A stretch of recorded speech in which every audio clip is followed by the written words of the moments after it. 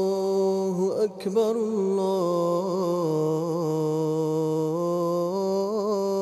الله أكبر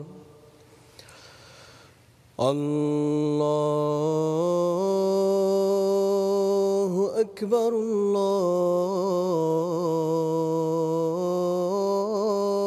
الله أكبر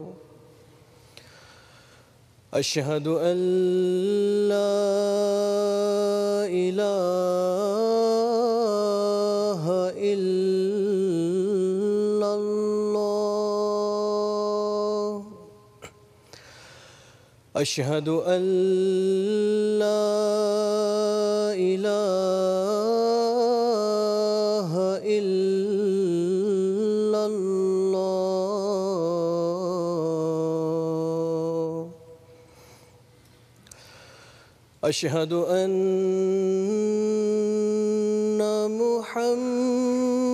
محمدًا رسول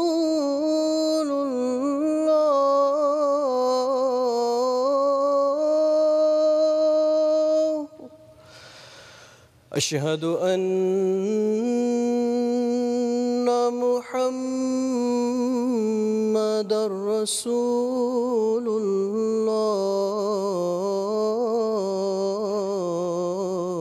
الله حي على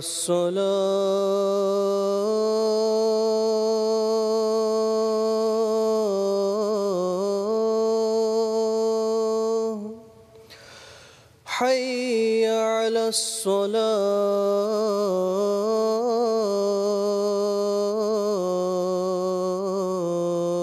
الصلاة حي على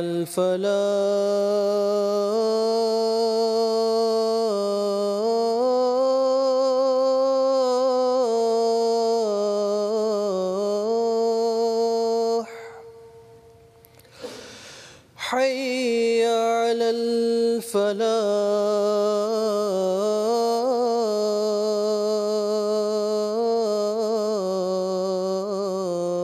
الفلاح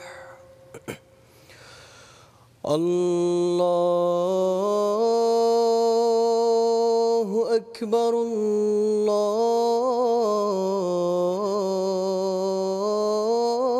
الله أكبر لا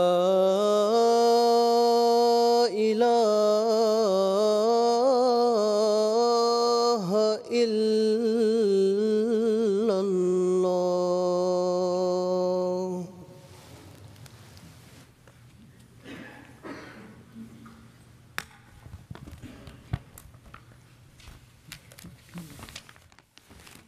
السلام عليكم ورحمة الله. أشهد أن لا إله إلا الله وحده لا شريك له وأشهد أن محمدا عبده ورسوله أما بعد فأعوذ بالله من الشيطان الرجيم بسم الله الرحمن الرحيم الحمد لله رب العالمين الرحمن الرحيم مالك يوم الدين إياك نعبد وإياك نستعين اهدنا الصراط المستقيم صراط الذين أنعمت عليهم غير المغضوب عليهم ولا الضالين.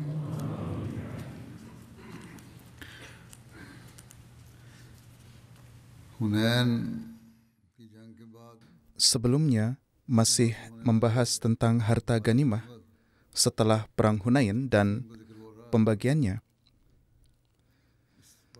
Mengenai hal ini, peristiwa-peristiwa selanjutnya adalah sebagai berikut. Rasulullah Shallallahu Alaihi Wasallam setelah kemenangan Hunain memerintahkan agar semua harta ganimah dikumpulkan di tempat yang bernama Jiranah, dan sambil memberikan perintah ini, beliau berangkat menuju Taif, dan kira-kira setelah 1 bulan kembali dari Taif dan pergi ke Jiranah.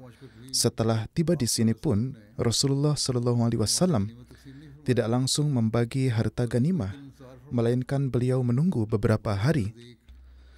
Menurut sebagian riwayat, Rasulullah Shallallahu Alaihi Wasallam menunggu selama 13 atau 14 hari dengan harapan barangkali Banu Hawazin akan bertaubat sehingga keluarga mereka dan harta ternak mereka dapat dikembalikan kepada mereka. Di satu sisi, Rasulullah Shallallahu Alaihi Wasallam terus menunggu mereka. Sementara di sisi lain, Banu Hawazin berada dalam kebimbangan. Apakah kedatangan mereka ke Jiranah akan bermanfaat atau tidak? Akhirnya, setelah menunggu begitu lama, beliau Shallallahu Alaihi Wasallam membagikan harta ganimah dan para tawanan. Ketika melihat bahwa mereka tidak datang, setelah pembagian ini selesai, 14 tokoh terhormat Banu Hawazin menghadap ke hadapan beliau Shallallahu Alaihi Wasallam. Mereka telah memeluk Islam dan memberitahukan bahwa seluruh sukunya juga telah memeluk Islam. Kemudian sambil memohon belas kasihan kepada beliau Shallallahu Alaihi Wasallam, mereka berkata, "Wahai Rasulullah, kami adalah orang-orang keturunan terpandang dan terhormat. Musibah dan kesulitan yang kami hadapi tidaklah luput dari pandangan Anda. Mohon berbuatlah ihsan kepada kami.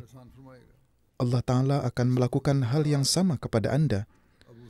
Pemimpin utusan ini adalah Abu Surat Zuhair bin Jarwal. Dia juga adalah seorang orator dan penyair. Ia memohon belas kasihan di hadapan Rasulullah Sallallahu Alaihi Wasallam dengan cara yang sangat menyentuh hati dan berkata, "Wahai Rasulullah Sallallahu Alaihi Wasallam, di antara para tawanan ini terdapat bibi-bibi Anda dari pihak ayah maupun ibu dan saudara-saudara perempuan Anda yang telah membesarkan Anda dan memberikan makan minum kepada Anda." Ia mengatakan hal ini karena Rasulullah SAW pernah menghabiskan masa menyusu beliau di suku Banu Sa'ad dan beliau dibesarkan di sana, dan orang tua susu beliau memiliki hubungan dengan Banu Sa'ad yang merupakan cabang dari Banu Hawazin.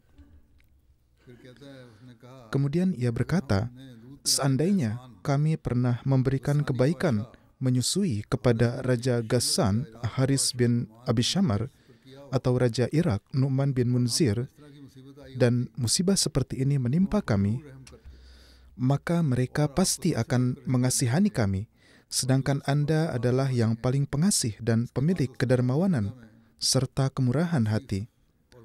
Setelah itu, dia juga membacakan sebuah kasidah puji sanjung kepada beliau Sallallahu Alaihi Wasallam. Dalam utusan ini juga terdapat paman susu beliau, dan dia juga memberikan ungkapan dengan nada yang kurang lebih serupa dan berkata, "Ketika Anda masih kecil dan berada di antara mereka, saat itu juga saya telah melihat Anda. Anda sangatlah baik. Kemudian pada masa Anda muda pun, saya mendapat karunia untuk dapat melihat Anda. Di masa muda pun tidak ada seorang pun yang melebihi Anda dalam hal sifat kebaikan dan kemuliaan jiwa. Anda adalah perwujudan kebaikan dan kebajikan, serta lautan kemurahan dan kedermawanan. Kami adalah milik Anda dan dari keluarga Anda sendiri. Oleh karena itu, berbuat baiklah kepada kami. Allah pasti akan memberikan balasan atas kebaikan ini kepada Anda. Rasulullah Shallallahu Alaihi Wasallam mendengarkan permohonan mereka yang menyentuh ini. Beliau tidak menolak permintaan mereka, namun bersabda, "Aku telah menunggu kalian dalam waktu yang sangat lama, hingga aku yakin bahwa kalian tidak akan datang. Dan sekarang kalian melihat bahwa dari para tawanan yang ada padaku, hanya tinggal sangat sedikit dan sudah dibagikan semua. Dan menurutku, perkara yang paling disukai adalah yang paling benar. Oleh karena itu,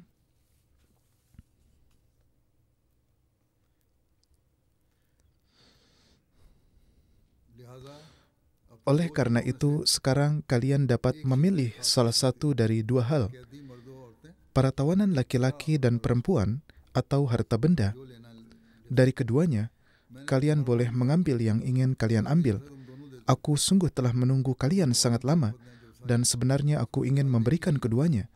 Ketika utusan Banu Hawazin melihat seluruh situasi tersebut, mereka berkata bahwa mereka ingin mengambil kembali para tawanan mereka, yaitu laki-laki dan perempuan mereka.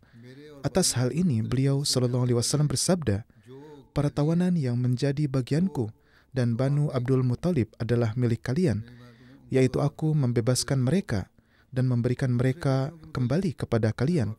Dan mengenai para tawanan lainnya, aku akan berbicara dengan kaum muslimin lainnya, karena aku telah memberikannya kepada mereka." Dan bersamaan dengan itu, kepada para utusan itu juga diberitahukan caranya bagaimana mereka harus melakukannya.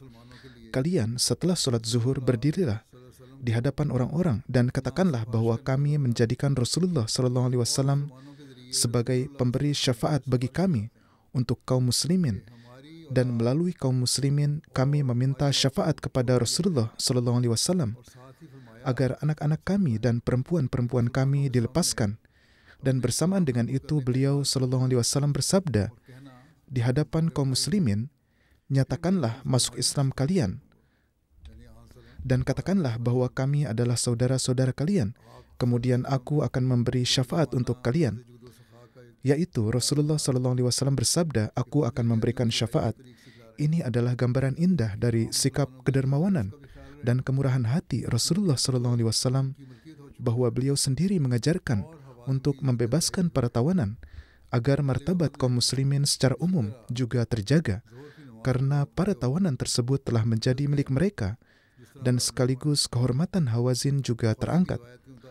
Para utusan itu setelah sholat zuhur berdiri dan menyampaikan permohonan, dan dijawab sebagaimana yang telah beliau sabdakan. Menurut riwayat Bukhari, Rasulullah Shallallahu Alaihi Wasallam berdiri dan berpidato kepada orang-orang dengan bersabda, "Saudara-saudara kalian telah datang kepada kalian dengan bertaubat. Aku ingin mengembalikan tawanan kepada mereka. Siapa saja yang ingin melakukannya dengan senang hati boleh melakukannya. Dan siapa yang ingin mengambil sesuatu dari kami sebagai gantinya juga boleh melakukannya. Aku akan mengembalikan haknya dari ganimah yang pertama kali diperoleh."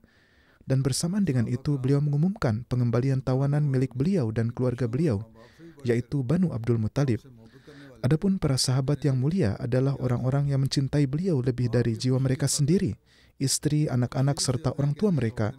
Mereka berkata, "Wahai Rasulullah, demi kebahagiaan Anda, kami dengan senang hati mengembalikan tawanan kami dari suku Hawazin." Rasulullah Shallallahu Alaihi Wasallam menjadi sangat gembira melihat semangat mereka ini. Namun beliau menganggap perlu untuk memastikan persetujuan dan kerelaan semua orang. Maka beliau bersabda, "Aku tidak dapat mengetahui siapa di antara kalian yang telah rela dan siapa yang belum memberikannya, karena dalam pertemuan umum ini semua orang berbicara. Oleh karena itu, kembalilah kalian dan kirimlah para pemimpin serta pengawas kalian kepadaku untuk menyampaikan sikap orang-orang kalian."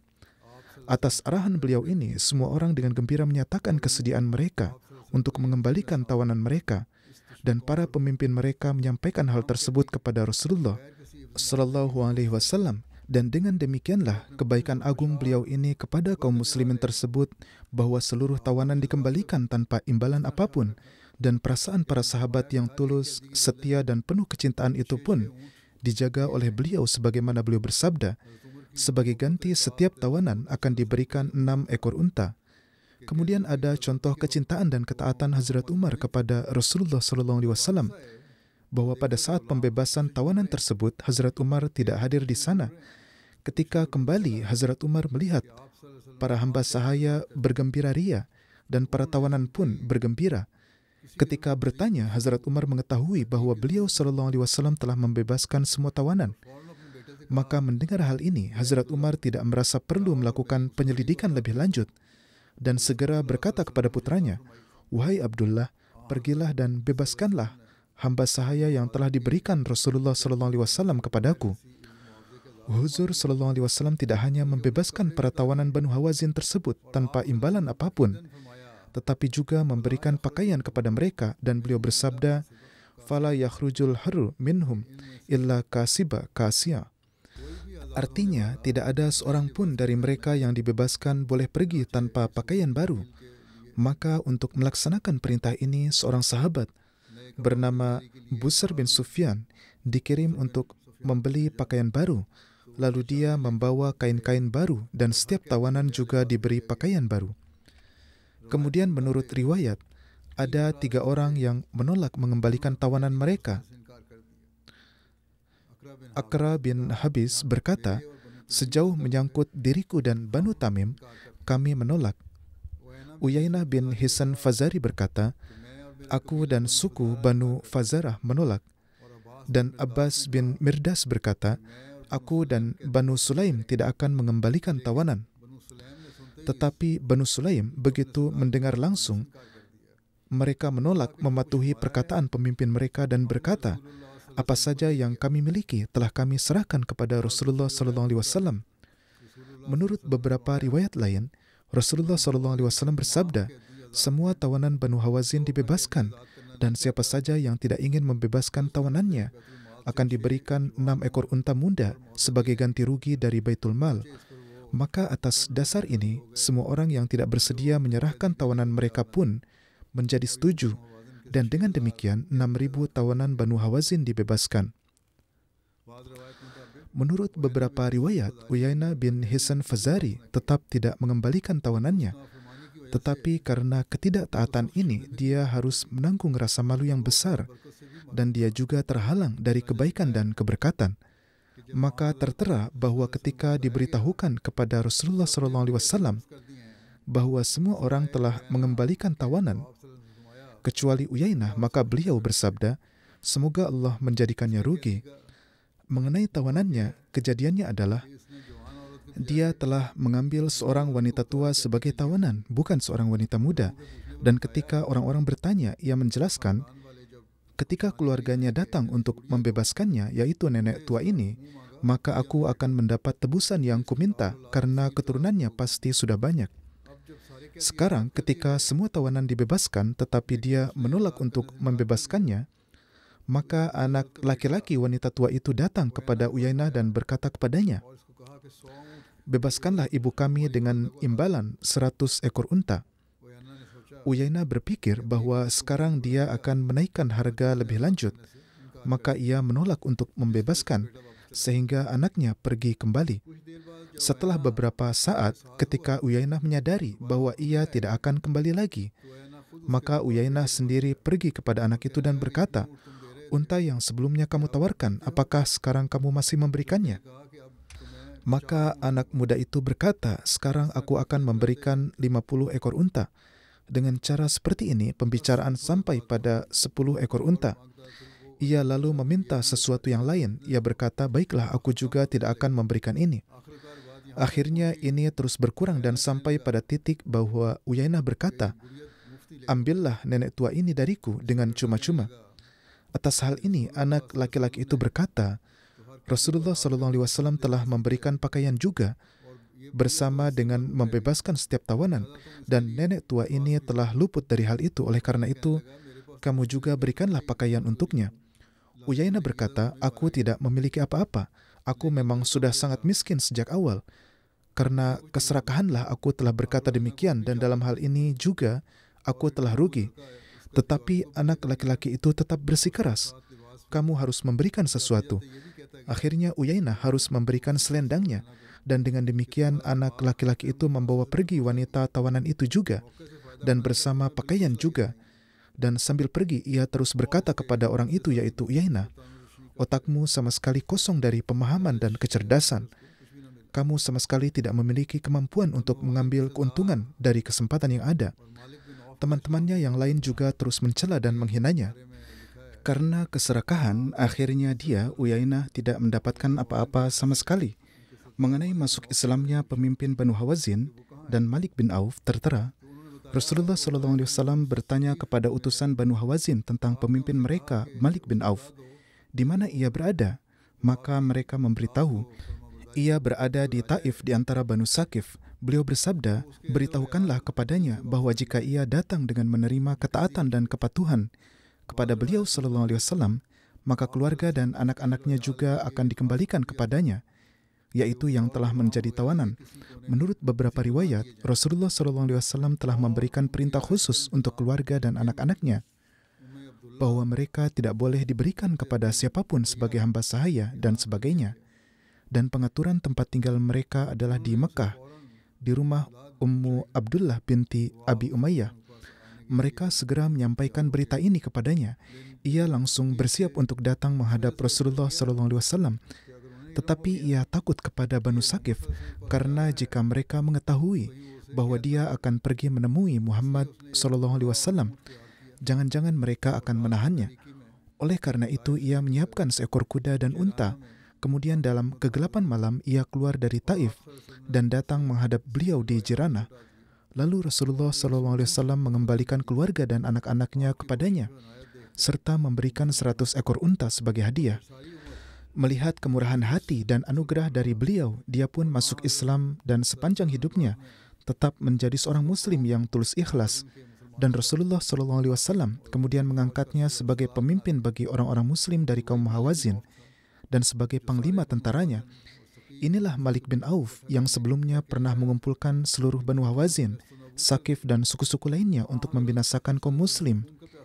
Ia dahulu haus akan darah Rasulullah SAW, tetapi teladan beliau, sikap maaf serta pengampunan beliau SAW telah menjadikan dirinya haus akan bimbingan dan petunjuk beliau. Ketika ia datang sebagai pencari petunjuk, bukan hanya semuanya beliau SAW maafkan, bahkan beliau juga menganugerahkan 100 ekor unta kepadanya. Ini adalah harta yang sangat berharga pada masa itu. Di antara para tawanan perang ini, ada seorang wanita bernama Syaimah. Ini adalah panggilannya. Sementara nama aslinya adalah Huzafah. Ketika ia ditawan, ia berkata kepada para penawannya, "Aku adalah saudara sepersusuan Nabi kalian, Muhammad SAW." Tetapi para sahabat tidak mempercayainya. Sekelompok Ansar menangkapnya dan membawanya menghadap beliau SAW. Ia berkata, "Muhammad SAW, aku adalah saudara sepersusuan Anda." Rasulullah SAW bertanya, "Apakah ada tandanya?" Maka ia menunjukkan bekas gigitan gigi dan berkata, "Anda dulu pernah menggigit saya, yaitu menggigit tangan saya. Ketika saat masih kecil saya mengangkat Anda di pangkuan saya." Kemudian peristiwa itu pun beliau ingat kembali dan ia berkata, "Kami pada waktu itu sedang menggembalakan kambing-kambing dan ayah susuan Anda adalah ayah kandung saya. Ibu susuan Anda adalah ibu kandung saya. Wahai Rasulullah, ingatlah bahwa saya memerah susu kambing untuk Anda." Beliau SAW mengenalinya dari tanda tersebut, dan Rasulullah SAW segera berdiri dan membentangkan selendang beliau untuknya. Beliau bersabda, "Duduklah di atasnya." Beliau menyambutnya dengan selamat datang dan air mata. Rasulullah SAW meneteskan air mata dan beliau menanyakan tentang keadaan orang tua susuan beliau. Ia memberitahu bahwa mereka telah meninggal dunia. Rasulullah SAW bersabda, "Jika Anda pikir lebih baik, maka tinggallah bersama kami. Anda akan mendapat kehormatan, kemuliaan, dan kasih sayang. Dan jika Anda ingin kembali kepada kaum Anda, maka aku akan berbuat baik kepadamu. Pergilah ke sana." Ia berkata, "Saya ingin kembali kepada kaum saya." Alhasil ia pun menerima Islam. beliau Sallallahu Alaihi Wasallam memberikan kepadanya 3 hamba sahaya laki-laki dan 1 hamba sahaya perempuan, dan memerintahkan untuk memberikan 1 atau 2 unta kepadanya. Beliau pada waktu itu berada di Hunain. Oleh karena itu beliau bersabda kepadanya, "Pergilah ke Jiranah dan tinggallah bersama kaummu. Aku akan pergi ke Taif." Maka ia pun datang ke Jiranah. Beliau Sallallahu Alaihi Wasallam bertemu dengannya di Jiranah dan memberikan kepadanya kambing-kambing dan domba-domba juga. Menurut satu riwayat, beliau bersabda, "Apa yang diminta akan diberikan kepadamu, dan permohonan apa yang kamu berikan akan diterima." Maka ia memohon untuk seorang laki-laki dari kaumnya, Banu Sa'ad, yang bernama Bijad.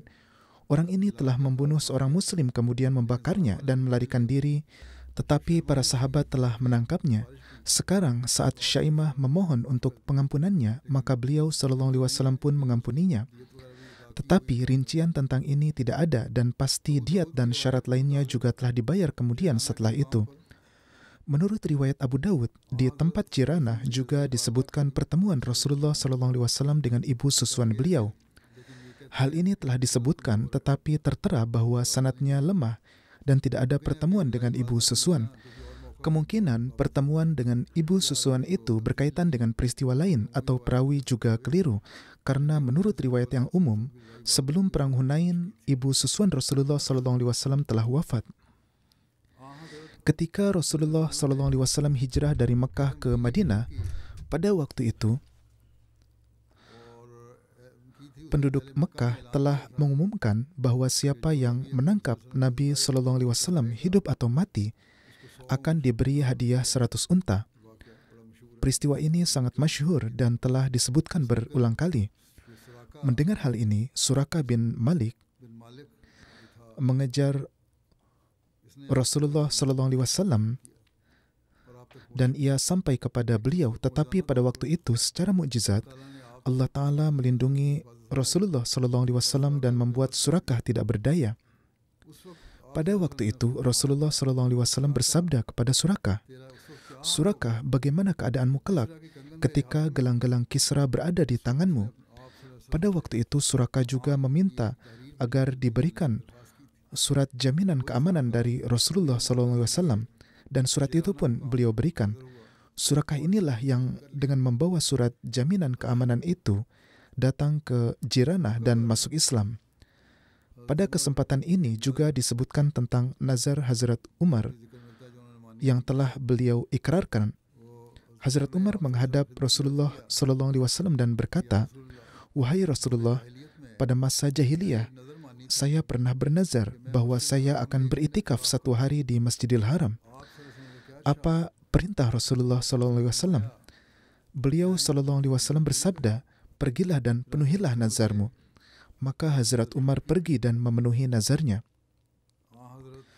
Rasulullah SAW saat masih berada di Jiranah, pada suatu malam beliau berangkat dari sana menuju Mekah dengan niat umrah. Dan menurut riwayat, beliau pergi pada malam hari dan kembali pada malam itu juga. Orang-orang mengira seolah-olah Rasulullah SAW tidak pergi kemana-mana, karena beliau pergi hanya dalam waktu yang sangat singkat. Tentang kepulangan Rasulullah SAW ke Madinah tertera, saat masih tersisa 12 hari dari bulan Zulqa'dah, dan hari itu adalah hari Kamis, beliau SAW memulai perjalanan kembali ke Madinah. Sebelumnya, Rasulullah SAW telah mengangkat Hazrat Utab bin Usaid sebagai amil atau pemimpin di Mekah. Rasulullah SAW juga memerintahkan Hazrat Muaz bin Jabal dan Hazrat Abu Musa Ash'ari agar tetap di Mekah untuk mengajarkan Al-Quran dan agama kepada orang-orang. Rasulullah SAW juga membawa serta beberapa hewan agar dapat diberikan kepada orang-orang yang ditemui di perjalanan. Beliau berangkat dari lembah Jiranah melalui Sarif, kemudian tiba di Maruz Zahran, dan setelah perjalanan 9 hari sampailah beliau di Madinah. Saat itu masih tersisa 3 malam di bulan Zulqa'dah. Dalam semua misi ini, yaitu Fatah Mekah, Fatah Hawazin, dan misi pengepungan penduduk Taif, ini telah memakan waktu 2 bulan dan 16 hari. Para orientalis pun mengajukan keberatan-keberatan tentang Fatah Mekah, Ghazwah Hunain dan Ghazwah Taif, dan lain sebagainya. Meskipun para orientalis tidak sanggup menemukan hal yang benar-benar dapat dipermasalahkan, namun ada satu dua tuduhan dari mereka yang akan disebutkan di sini.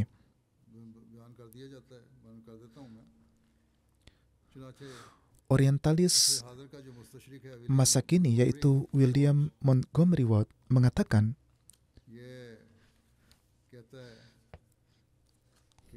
yang terjemahannya adalah kecuali beberapa tawanan wanita yang diberikan kepada para sahabat yang utama, harta ganimah lainnya dan juga tawanan disimpan di Jiranah di bawah pengawasan Mas'ud bin Amr Ghifari. Demikian pula Sir William Muir menulis, di antara para tawanan ada 3 wanita cantik yang dibawa kepada Muhammad SAW, di mana beliau memberikan 1 kepada Hazrat Ali, 1 kepada Hazrat Utsman, dan 1 kepada Hazrat Umar. Lalu Hazrat Umar memberikan wanita yang menjadi bagiannya kepada putranya yaitu Hazrat Abdullah. Mengenai 2 yang lain tidak diketahui apa yang terjadi dengan mereka. Bagaimanapun juga dalam hal ini, ia menulis tentang sejarah Rasulullah SAW bahwa dari sini dapat diketahui kedalamannya tentang sejarah Rasulullah SAW. Tertera, beliau memberikan para perempuan tawanan yang muda itu kepada mereka yang salah satunya adalah ayah istri beliau dan 2 orang adalah suami putri-putri beliau, yaitu beliau telah memberikan kepada kerabat terlebih dahulu. Jadi, ia berusaha menyampaikan suatu peristiwa dengan disertai tuduhan atau dengan niat yang buruk. Namun apa yang dikatakannya pun tidaklah bernilai, karena pada Perang Hunain, pembagian tawanan seperti itu di mana disebutkan pemberian budak wanita dengan cara itu, penyebutan ini tidak ditemukan dalam Sirat Halabiyah dan juga Tabakat Ibnu Sa'ad, dan disebutkan hanyalah tentang pembagian ganimah. Dalam Tabakat Ibnu Sa'ad tertera, pada hari itu kaum muslimin memperoleh 6.000 tawanan. Orang-orang musyrik masuk Islam dan datang kepada Rasulullah SAW seraya berkata, "Wahai Nabi SAW, engkau adalah yang terbaik di antara manusia. Engkau telah menawan harta kami, wanita-wanita kami, dan anak-anak kami." Rasulullah SAW bersabda kepada kaum muslimin, "Barang siapa di antara kalian yang memiliki sesuatu dari mereka dan hatinya rela untuk mengembalikannya, maka jalan ini adalah lebih baik. Barang siapa yang tidak rela, maka hendaklah ia menyerahkannya kepada kami. Ini akan menjadi hutang atas kami. Apabila kami memperoleh sesuatu, maka kami akan melunasi hutang ini." Mereka berkata, "Wahai Nabi SAW, kami rela dan kami menyerahkan." Beliau bersabda, "Aku tidak tahu, mungkin saja di antara kalian ada yang tidak rela, sebagaimana telah dijelaskan sebelumnya. Oleh karena itu, kirimkanlah wakil-wakil kalian yang akan menyampaikan hal ini kepada kami." Lalu para wakil dihadapkan kepada beliau dan mereka menyampaikan bahwa semuanya telah rela dan menerima. Sebelumnya telah dijelaskan secara rinci mengenai pengaturan tawanan Perang Hunain dan strategi Rasulullah SAW yang penuh belas kasih dengan membebaskan mereka, dan ini berdasarkan referensi sejarah yang terpercaya. Sir William Muir sendiri sangat menyadari fakta sejarah ini. Oleh karena itu, meskipun Muir menyebutkan hal ini dengan disertai tuduhan, ia tidak dapat memungkiri dan mengungkapkan kebenaran ini. Ia telah menulis,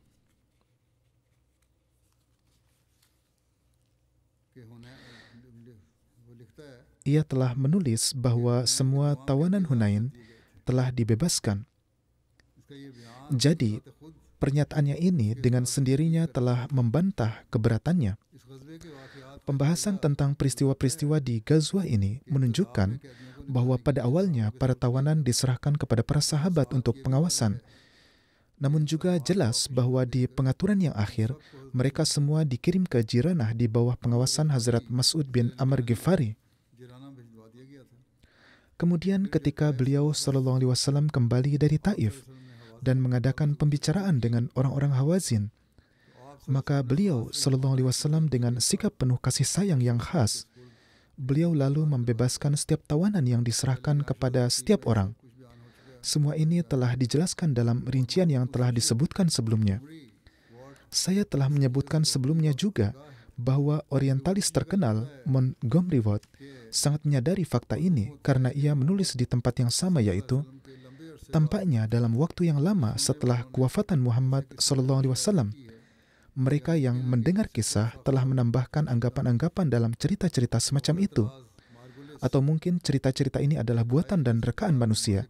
Ada tuduhan lain yang dikemukakan oleh Margolid mengenai pemimpin Taif, Malik bin Auf Nasri, bahwa dia, yaitu Malik bin Auf, telah dipaksa menjadi Muslim.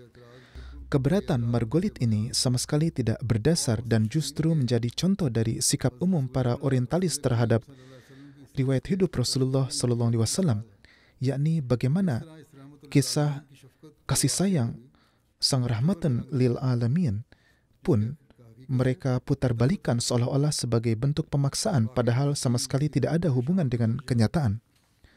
Rincian peristiwa ini tertera dalam Sirat Ibnu Hisham, yakni ketika Rasulullah SAW menerima permohonan belas kasihan dari delegasi Hawazin, maka para tawanan dan harta benda mereka dikembalikan.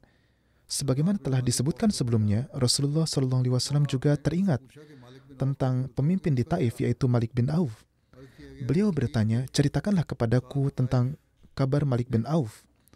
Dijawab bahwa ia berada di Taif bersama Bani Saqif. Maka sekali lagi sifat belas kasih Rasulullah SAW ditunjukkan kepada Malik bin Auf. Beliau bersabda, pergilah dan sampaikan kabar kepadanya. Jika ia masuk Islam, maka keluarga dan hartanya akan dikembalikan kepadanya. Tidak hanya itu, bahkan akan diberikan kepadanya 100 ekor unta. Hal yang patut diperhatikan ialah Rasulullah SAW adalah sosok pemenang di sini, dan tidak ada maksud maupun keuntungan apapun yang beliau butuhkan dari keberadaan Malik bin Auf. Dan menurut hukum manapun, Rasulullah SAW tidak memiliki kewajiban sedikit pun terhadap Malik bin Auf. Namun dengan sifat belas kasih, yang mana beliau Rasulullah SAW mengirim pesan ini, dan beliau SAW mengajaknya menerima Islam dan menjanjikan pengembalian keluarga, harta, serta tambahan 100 ekor unta. Ternyata dalam hati Malik bin Auf sendiri, Islam sudah mulai bersemi. Karena itu ketika ia menerima pesan Rasulullah SAW, ia segera berangkat menemui beliau. Dari Taif ia berangkat dan bertemu dengan Rasulullah SAW di Jiranah atau Mekah. Malik kemudian memeluk Islam. Rasulullah SAW mengembalikan keluarga dan harta bendanya serta memberikan 100 ekor unta kepadanya. Ketika masuk Islam, Malik melantunkan syair, "Ma'in ra'aitu wala sami'tu bimislihi fin nasi kullihim bimisli Muhammadin." Tidak pernah aku melihat dan tidak pernah aku mendengar seorang pun di antara seluruh manusia yang sebanding dengan Muhammad sallallahu alaihi wasallam. Demikianlah seluruh peristiwa perang Hunain. Adapun syariah lainnya insya Allah akan disebutkan kemudian. Pada kesempatan ini, saya juga ingin menyebutkan dua almarhum. Nanti akan dipimpin sholat jenazah mereka. Pertama adalah almarhum Dr. Laik Ahmad Farooq Sahib. Beliau wafat di Kanada. Beliau selama bertahun-tahun telah berkhidmat sebagai seorang dokter wakaf zindagi, khususnya di Afrika. Beliau wafat beberapa hari lalu dalam usia 83 tahun. Inna lillahi wa inna ilaihi raji'un. Beliau adalah seorang musi. Yang ditinggalkan almarhum adalah seorang istri, seorang putra, dan 2 putri. Di tahun 1974, di bawah program Gerakan Nusrat Jahan, beliau diutus ke Ghana. Hingga tahun 1978, beliau bertugas di Central Hospital di sana. Setelah menyelesaikan 3 tahun pengabdian, karena kesehatan beliau meminta izin untuk berhenti.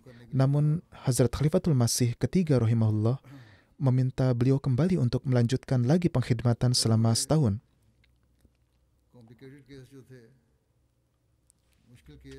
Pengobatan medis yang rumit dan sulit biasanya datang kepada beliau. Kadang-kadang ada rujukan dari dokter lain untuk dibawa ke rumah sakit pemerintah, tetapi para pasien berkata, tidak, saya harus berobat, maka saya ingin berobat di rumah sakit Ahmadiyah dan ditangani oleh dokter Ahmadi. Banyak operasi sulit yang dengan karunia Allah Ta'ala berhasil dengan baik. Padahal awalnya tidak diharapkan bisa berhasil. Suatu ketika datang kasus hernia strangulata yang sangat sulit. Beliau menanganinya seraya berdoa kepada Allah Ta'ala dan Allah menganugerahkan keberhasilan. Pada tahun 1984, beliau sekali lagi diutus ke Afrika, kali ini ke Gambia, dan beliau terus mengabdi di sana hingga tahun 1993. Beliau berkhidmat dengan penuh ruh wakaf. Putra beliau menulis kesaksian yang sangat benar bahwa beliau adalah sosok yang berkepribadian tenang, banyak berdoa, penuh kerendahan hati, tawadu, sabar, dan tabah. Seluruh hidupnya dihabiskan dalam mengkhidmati kemanusiaan. Selama masa wakaf, khususnya di Gambia, beliau pernah bertugas di desa kecil yang sangat terpencil, yaitu Njawara, di mana keadaannya sangat sulit.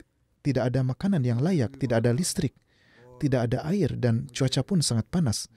Namun beliau tetap berkhidmat di sana. Putranya menuturkan, ketika saya sakit dan kaki saya melepuh, beliau menggendong saya pergi ke sekolah. Beliau mengantar saya ke sekolah tanpa pernah mengeluh. Sang putra juga mengatakan, kami mendapat karunia besar ketika Hazrat Khalifatul Masih Rabi rahimahullah berkunjung ke sana pada tahun 1988. Beliau secara khusus datang ke rumah kami. Bahkan di rumah kami ketika itu tidak ada kursi untuk duduk, tetapi huzur bersabda, saya akan makan bersama kalian di sini. Lalu beliau meminta seluruh staf yang lain untuk keluar. Ini adalah kemuliaan besar bagi kami. Almarhum juga pernah menceritakan suatu pengalaman selama bertugas di Lahore. Beliau berkata, tekanan darah saya pernah turun sangat rendah.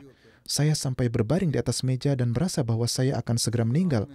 Para dokter terkadang suka memiliki firasat terhadap diri mereka sendiri. Namun pada saat itu saya mendengar sebuah suara yang berkata, belum waktunya engkau akan wafat setelah pergi ke Kanada. Dan benar saja bertahun-tahun kemudian Allah Ta'ala mewujudkan hal itu dengan cara yang sangat menakjubkan. Suatu ketika beliau kembali dari Ghana pada tahun 1978, rombongan jemaat pergi menemui Hazrat Khalifatul Masih Salis. Pada saat itu Hazrat Khalifatul Masih Salis rahimahullah bersabda kepadanya, engkau telah kembali, tetapi aku akan mengirimmu kembali lagi ke tempat engkau datang. Beliau mengatakan, saat itu saya tidak terlalu mengerti maksudnya karena saya tidak mewakafkan diri lagi. Namun pada tahun 1983, beliau menerima surat dari Sekretaris Gerakan Nusrat Jahan di Rabuah yang mengatakan bahwa penugasan beliau sedang dipertimbangkan dan beliau diminta datang.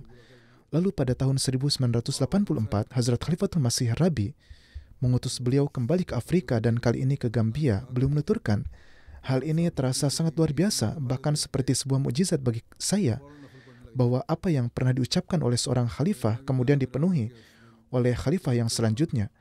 Almarhum Tuan Wahab Adam yang sebelumnya adalah Amir Ghana menuturkan, setiap kali Tuan Dokter melihat keadaan seorang pasien yang kritis, beliau segera menunaikan sholat nafal.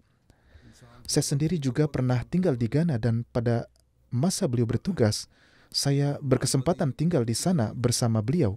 Saya menyaksikan dengan mata kepala saya sendiri bahwa beliau adalah pribadi yang sangat mulia, rendah hati dan penuh semangat dalam perkhidmatan. Beliau juga sangat menghormati para wakifin. Sifat keramah tamahan beliau terhadap tamu begitu kuat melekat pada diri beliau dan istrinya. Banyak sekali sifat-sifat luhur yang mereka miliki. Tuan Daud Hanif yang saat ini sebagai prinsipal Jamiah Kanada dahulu adalah Amir Jemaat di Gambia. Beliau menuturkan, beliau adalah sosok yang selalu siap sedia untuk menghidmati manusia, tidak pernah memandang siang atau malam. Daerah tempat beliau ditugaskan memiliki sebuah rumah sakit yang kecil. Untuk sampai ke sana harus menyeberang 2 kali dengan feri. Tempat tinggal beliau pun hanyalah sebuah gudang tua yang sudah tidak terpakai, yang kemudian dibersihkan dan dijadikan rumah. Namun beliau tinggal di sana dengan penuh kegembiraan. Di sana tidak ada listrik, sulit air dan tidak ada telepon. Air harus diambil sendiri dari sumur atau dari sungai. Penerangan hanya menggunakan lilin atau lampu minyak. Operasi pembedahan biasanya dilakukan pada siang hari. Alat-alat operasi beliau sterilkan di atas kompor gas. Dalam kondisi seperti itulah beliau terus melaksanakan tugas-tugas medis dan mengkhidmati manusia. Di zaman sekarang ini, dokter-dokter bahkan tidak akan sanggup menerima kondisi seperti itu. Suatu ketika beliau sedang bertugas di sana, terjadi peristiwa perampokan. Para pencuri masuk ke sebuah rumah, lalu orang-orang sekitar segera mengepung mereka. Pada saat itu, salah seorang pencuri menghunus pedang dan memukul kepala seseorang hingga menimbulkan luka parah. Dr. Sahib segera dipanggil pada malam itu juga. Beliau langsung melakukan operasi darurat hanya dengan penerangan senter dan cahaya lilin, sesuatu yang hampir tak bisa dibayangkan pada masa sekarang ini. Dengan karunia Allah Ta'ala, operasi berhasil dan pasien terselamatkan. Suatu ketika, seorang pria miskin datang kepada Dr. Sahib dan berkata, "Desa saya sangat jauh, tidak ada transportasi, dan saya tidak dapat membawa pasien kemari. Mohon dengan kemurahan hati Anda datang sendiri melihat pasien." Saat itu juga, Dr. Sahib langsung berangkat bersamanya dan memeriksa pasien itu dan memberikan pengobatan, dan dengan karunia Allah Ta'ala pasien sembuh. Ketika anggota parlemen dari daerah itu mengetahui peristiwa ini, ia datang ke klinik Tuan Dokter untuk menyampaikan terima kasih, dan sejak itu setiap kali ia berkunjung, ia tidak pernah lupa untuk menemui Tuan Dokter dan selalu menyatakan, "Mengkhidmati manusia yang sejati hanya Anda yang melaksanakannya." Semoga Allah Ta'ala melimpahkan ampunan dan rahmatnya kepada beliau, meninggikan derajat beliau, melindungi istri serta anak keturunan beliau, dan menganugerahkan kesabaran serta keteguhan kepada mereka. Jenazah kedua adalah Tuan Hamid Ahmad Gori Sahib dari Hyderabad, India. Beliau wafat beberapa hari lalu dalam usia 74 tahun. Inna lillahi wa inna ilaihi raji'un. Beliau adalah seorang musi. Beliau meninggalkan seorang istri, seorang putri dan 4 putra serta cucu-cucu. Semua anak keturunan beliau banyak berkhidmat terhadap jemaat. Beliau adalah adik dari Tuan Inam Gori Sahib Nazir ala Kadian dan ayah dari Tuan Syahmat Gori Mubalik Jemaat sekaligus Sadr Jemaat Albania. Beliau adalah seorang yang teguh dalam menunaikan solat, berpuasa serta rajin tahajud. Almarhum sangat mencintai Al-Quran. Beliau sering membacanya dan berusaha untuk menghafalnya. Selama kesehatan masih memungkinkan, beliau menunaikan solat nawafil sebelum subuh. Lalu beliau berkeliling ke rumah-rumah Ahmadi untuk mengetuk pintu mereka, mengajak dan membawa mereka ke masjid untuk solat subuh berjamaah. Beliau juga mendapat taufik untuk menunaikan ibadah haji dan umrah. Beliau berusaha menjalankan setiap perintah khilafat, baik kecil maupun besar. Beliau selalu berusaha. Pertama-tama beliau sendiri harus mengamalkannya, baru kemudian menyampaikan kepada jemaat melalui khutbahnya. Dengan karunia Allah Ta'ala, beliau dianugerahkan keberhasilan dalam hal itu.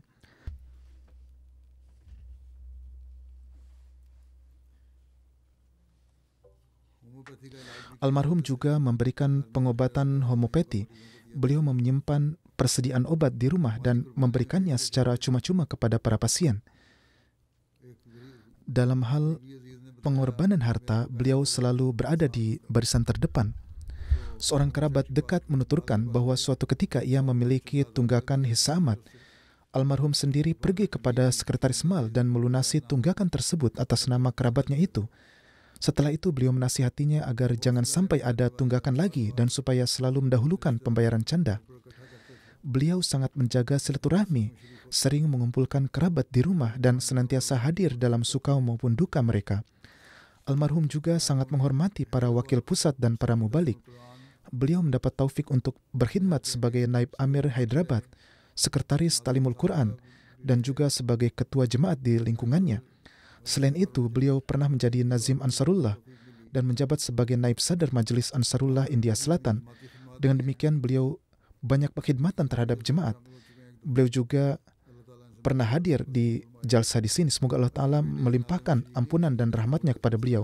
Seorang putranya yang saat ini berkhidmat di Albania dan mubalik tidak dapat hadir di pemakaman. Semoga Allah Ta'ala menganugerahkan kesabaran dan ketabahan. Salat jenazah untuk keduanya akan dilaksanakan setelah ini.